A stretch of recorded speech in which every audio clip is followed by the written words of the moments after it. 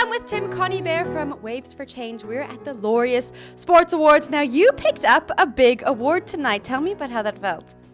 Yeah, it's rad. It's nice when people recognize the work. So, it's awesome. Very happy. Now, the first time I met you was about 2 or 3 years ago.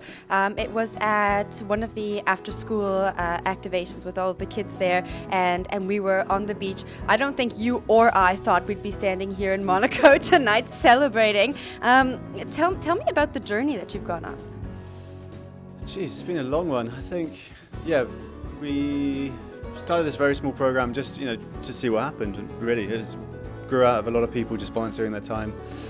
I think the big game changer was when we started doing research with the University of Cape Town around the impact and how we were genuinely helping kids deal with the impact of trauma in their life. So found some really kind of positive results around the use of surfing to help kids, overcome trauma, and then to actually spark some of the learning processes again, which get affected, the brain gets impacted by trauma, and surfing's really helpful from that perspective. So we got a little bit more funding and then a bit more funding, and then we opened more centres across Cape Town, then Port Elizabeth, now East London, and now Liberia. So it's proper ride. It's awesome.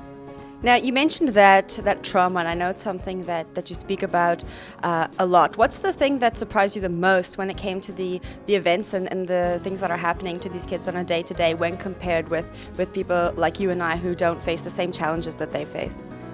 Yeah, that was probably one of the most shocking ones. So we did a literature review with the university, and we looked at all the evidence out there, looking at what children go through on a daily basis in, Cape Town's townships where we were working, and we found the kids there have up to 8 traumatic events every single year, whereas for me, coming from the UK, I would have maybe 4 or 5 of these in a lifetime.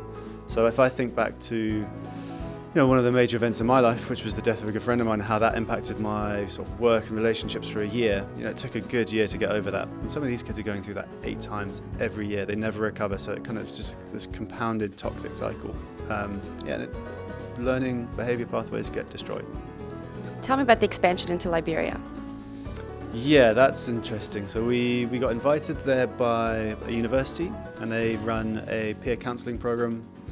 It's right down on the Ivory Coast border, so the town was cut off by the war, cut off by the Ebola crisis. Lots and lots of issues with young people growing up without caregivers, and the university is desperately trying to do some outreach. They'd seen the work we'd done in Cape Town and how we'd expanded into South Africa, really interested to work with us. So myself and Matt, who works with me, we went down to Harper for 2 weeks, train their peer counsellors to pilot a program, and if it works, then that will be a hub that we expand into West Africa from.